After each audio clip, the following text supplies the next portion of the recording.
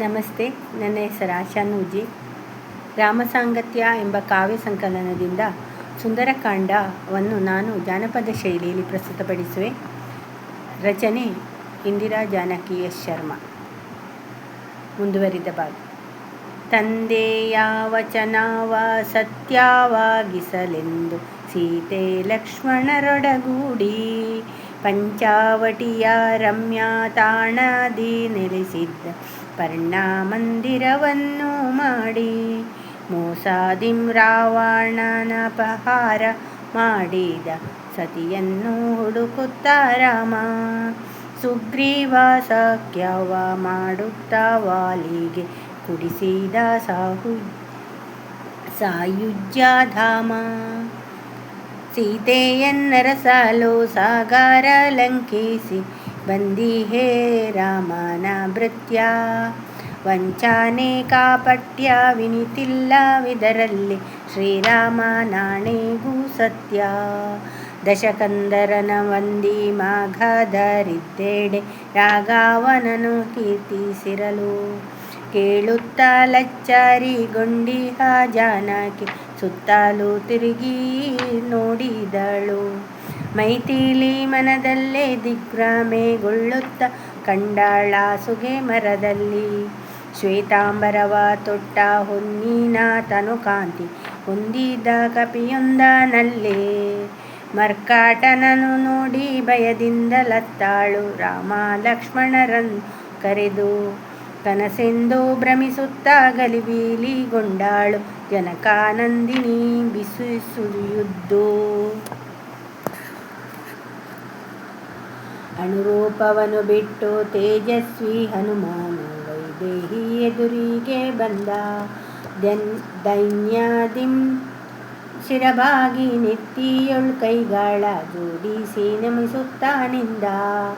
ಬಾಷ್ಪಾಲೋಚನೆ ಕೇಳು ಕಂಬನಿ ಸುರಿಸಲೆ ಕಿರಿಯುವಂಥ ಕಾರಣವೇನು.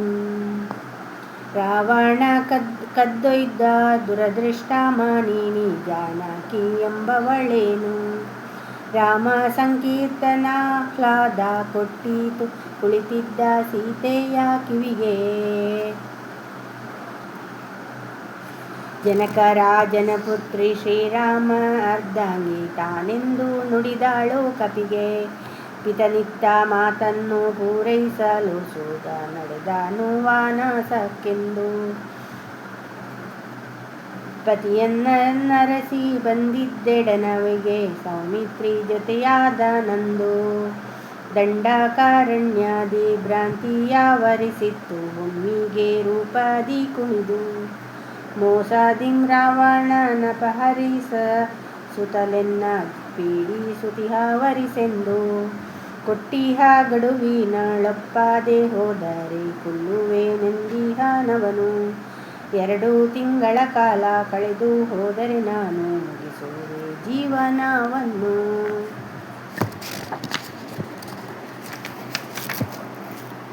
ಕಿಷ್ಕಿಂಧೆಯೊಳು ರಾಮ ಲಕ್ಷ್ಮಣನೊಂದಿಗೆ ಕ್ಷೇಮದಿಂದಿರುವನು ಮಾತೆ.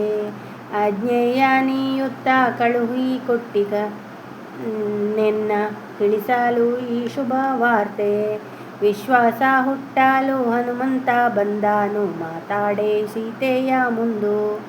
ಮತ್ತೊಮ್ಮೆ ಭೂಜಾತೆ ಸಂದೇಹ ಪಟ್ಟಳು ಕೂಳನ ಮೋಸವಿದೆಂದು.